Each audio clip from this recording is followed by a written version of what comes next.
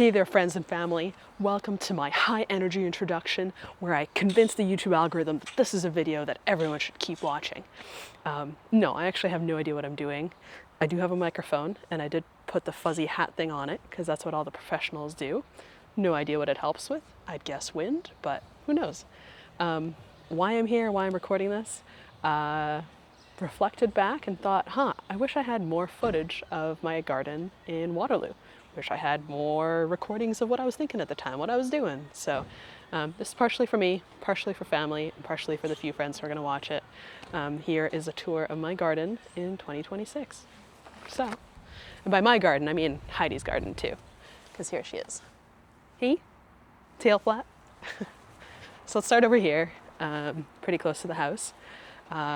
We've got a couple garden beds here. This is a very shady one. And we planted sorrel here quite some time ago, and we actually haven't harvested it. Sorrel is known as chiviel in Russian, and it makes a pretty good soup, but you can also just use the leafy greens in salads.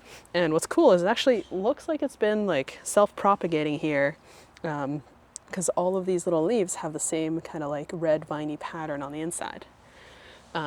Might have been good that we didn't eat it because we just got our soil tested, and one of the contaminants I was worried about was lead.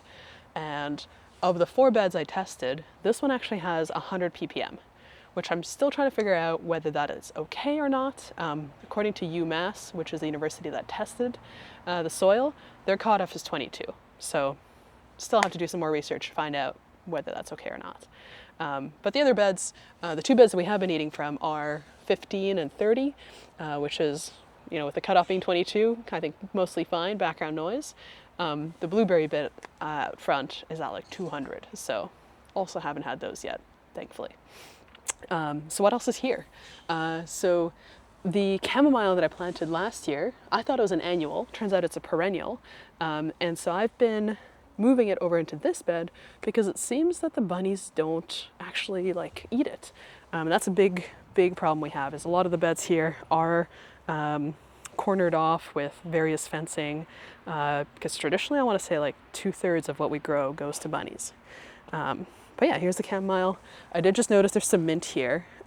Mint was planted by somebody previous to us, or actually there's some oregano too. So I transplanted these from this bed, which has been fighting off a mint infestation for some time. But yeah, so chamomile I am growing for tea.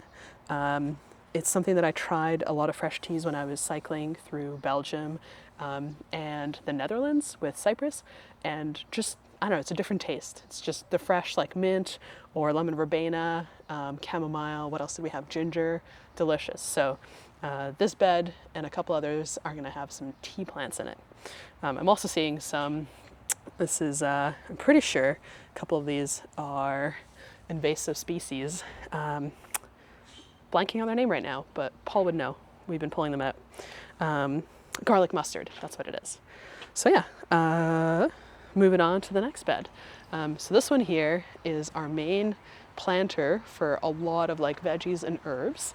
So far we only have one little volunteer carrot from last year, but I planted lettuce here, planted some bok choy, and then we've got these shishito peppers that I bought at the Lexington farm. And we weren't around this year, we were in Japan, so we couldn't start our peppers or our tomatoes from seed, but a lot of the other things you see here, we did start from seed. So shishito peppers will be going in this bed, and then there's a lot of basils that'll kind of companion plant with some of the grow bags out there. And then right here, these are our beautiful chives. Also something I didn't realize that they were a perennial, but they've been growing back year after year really, really well. And then some more lettuce and bok choy going in here. And then I think I've got like a rosemary. I always mix up rosemary and thyme. And then next to this very asleep dog is a couple of pepper plants that we have from previous years. So this one says, oh yeah, that's actually not at all what it is. One of these I'm pretty sure is a serrano and one of them is a chili. And they are overwintered from last year. And we did not do this the way you're recommended to do, where you actually cut down most of the plant, so you just have kind of like the, I don't know, the main stalk. we tried to overwinter them as it is, and there were aphid infestations every single week. And Paul did a great job of washing them off, and we were spraying them. And so we're super happy that they've made it. And just having them start from here, this guy looks pretty small, but that's already so much further ahead than like the size they would have been had we planted them from seed this year. Also in this garden bed is oregano. When I planted it, I had no idea that oregano is from the mint family, or like a cousin of the mint family. And so it has been trying to invade our bed over and over every year. Started off as a little wee plant right there, and it keeps trying to move this way. So we keep them under control. And then wardrobe change. I found my sunglasses. So one of the things we're doing here is a lot of different vegetables. We've done that before. We've also got potatoes growing. So I'll walk you through. These guys just have some like early season crops here. We've got carrots, beets, arugula. What else? Parsley's gonna stick around. And then we're gonna put tomatoes today into a lot of the bigger containers that don't yet have something. Here are the tomatoes that I got at Lex Farm as well. This morning I picked up a dill because I realized I forgot to plant dill. And that was just at the Arlington, I don't know, there's just like a little pop-up plant sale and bake sale. But yeah, already in the garden, because it's been, I don't know, about 5 degrees at night, so fine enough for a lot of the plants, but not some of the warm-loving ones. We've got some volunteer lettuces growing, beets, mints, obviously in containers because we don't want them to spread. We got some lavender in these. I find these containers don't hold moisture super well, and so I think lavender prefers to be a little on the dry side, so that's where they were planted. So yeah, we got some more mints, some lemon balms back there, and then more of them on this side here.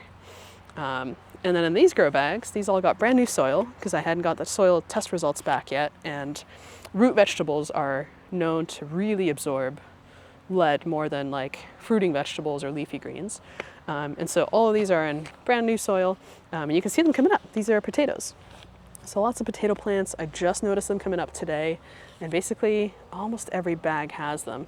Some of them have a lot, so I'm excited. There's 2 different varieties here, and I'm also still starting sweet potatoes indoors. So I've got to break off their little planty bits and get them rooting some more, and then I'll plant them out. But those really love warm, so won't put them in yet. And yeah, we got a couple different varieties of tomatoes. Those with a keen eye might say, that doesn't look like a regular tomato, some of these at least. They're husk tomatoes. And we really love, I don't know, just the taste of them. They're cool, they're different. This guy looks like he needs some more water.